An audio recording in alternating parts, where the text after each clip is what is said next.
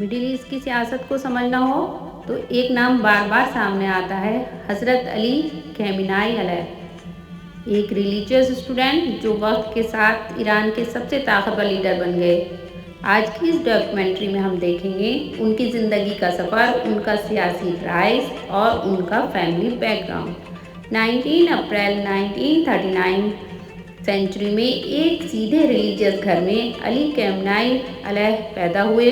उनके वालिद आयतुल्लाह जावेद खamenei एक रिस्पेक्टेड इस्लामिक स्कॉलर थे।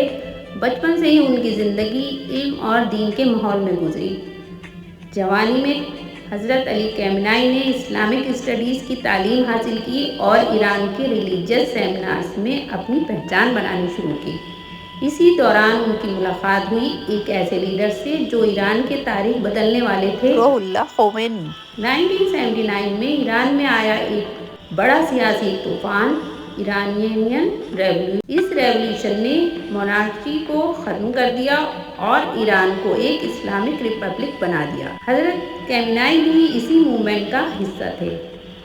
1981 में खamenei ईरान के प्रेसिडेंट बने, लेकिन असल मोड़ 1989 में आया जब रुहुल्लाह खोमेनी का इंतकाल के बाद अली खamenei अलैह को ईरान का सुप्रीम लीडर चुना गया। ईरान में सुप्रीम लीडर का ओहदा सबसे पावरफुल माना जाता है। 1989 से लेकर आज तक हज़रत खamenei अलैह ईरान की सियासत और मिलिट्री पॉलिसीज़ पर गहरा असर रखे हुए थे। अब आते हैं उनके फैमिली बैकग्राउंड यानी कि फैमिली ट्री पर। कुछ ईरानियन ऑफिशियल दावों के मुताबिक उनका फैमिली बैकग्राउंड रसूलुल्लाह सल्लल्लाहु अलैहि वसल्लम और हज़रत अली के वंशजों से माना जाता है। अली खamenei रहमतुल्लाह अलैह के ख़ानदानी हिजरे की बात करें तो सोर्सेज से यही पता चलता है कि हज़रत मोहम्मद सल्लल्लाहु अलैहि वसल्लम के सारे वंशज उनकी प्यारी बेटी हज़रत फ़ातिमा ज़हरा से चलता है और उनकी औलादों को ही सैयद कहा जाता है। बीबी फ़ातिमा का निकाह हुआ था शेर खुदा हज़रत अली से। उनकी 5 औलादें थीं, इमाम हुसैन, इमाम हसन, हज़रत मोहसिन और 2 बेटियां हज़रत ज़ैनब और उम्मे कुलसूम।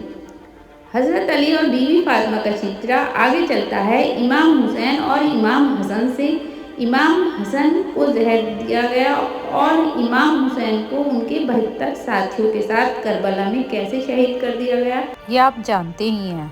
वैसे तो इमाम हसन की बेशुमार औलादें थीं, लेकिन आज हम हज़रत इमाम हुसैन को डिस्कस करेंगे क्योंकि सैयद अली खamenei की जो फैमिली है वो अपनी नस्ल, अपना शिजरा इमाम हुसैन से बताती है। तो आगे चलते हैं। करबला में हज़रत इमाम हुसैन की सिर्फ एक ही औलाद थी जो करबला में बच सकी थी, वो थी ज़ैनुल आबिदीन, जो बीमार होने की वजह से करबला में मौजूद होते हुए भी हिस्सा नहीं ले सके।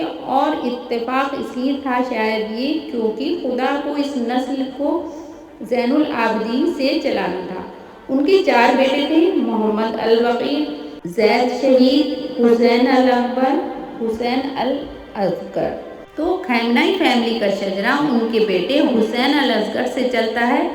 हुसैन अल असगर की किताबों में 5 बेटे बताए गए हैं, लेकिन जिनसे खamenei फैमिली अपना शजरा जोड़ती है वो थे अफ्तास से था, जो वक्त से चलते पहले नजब में आबाद हुए और बाद में पड़ोसी सल्तनत खामना में आबाद हो गए थे और इसी इलाके की निस्बत से लेकर इस ख़ानदान को खamenei कहलाया जाने लगा। इसके बाद सदियों गुजर जाती हैं और इसी ख़ानदान में एक शख्स का जन्म होता है जिसको सैयद हुसैन के नाम से जाना जाता है। ये सैयद अली खamenei के दादा थे।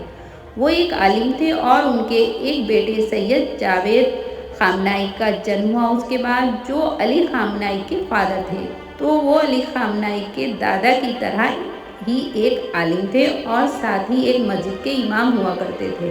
उन्होंने ज़िंदगी का एक हिस्सा मशा शहर में गुजारा। सैयद अली खamenei के फादर ने 2 शादियाँ की। उनकी पहली बीवी के 3 बेटियाँ पैदा हुईं और दूसरी बीवी जिनका नाम खदीजा था उनसे 5 औलादें हुईं।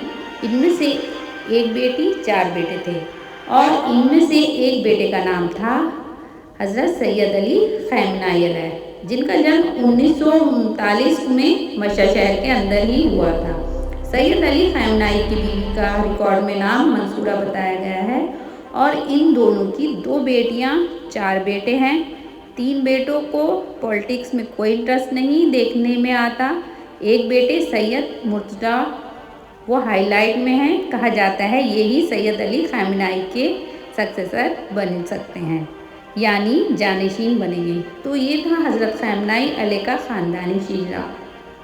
تاریخ میں کچھ نام وقت کے ساتھ اور گہرے ہو جاتے ہیں، جس میں سے ایک نام ہے حضرت علی خامنائی علیہ کا۔ یہ تھا ایک ریلیجس اسٹوڈنٹ سے لے کر ایران کے سپریم لیڈر تک کا سفر۔ علی خامنائی علیہ کی زندگی ماڈرن ایران کی تاریخ کا حصہ بن چکی ہے، جو صدیوں تک یاد رہے گی۔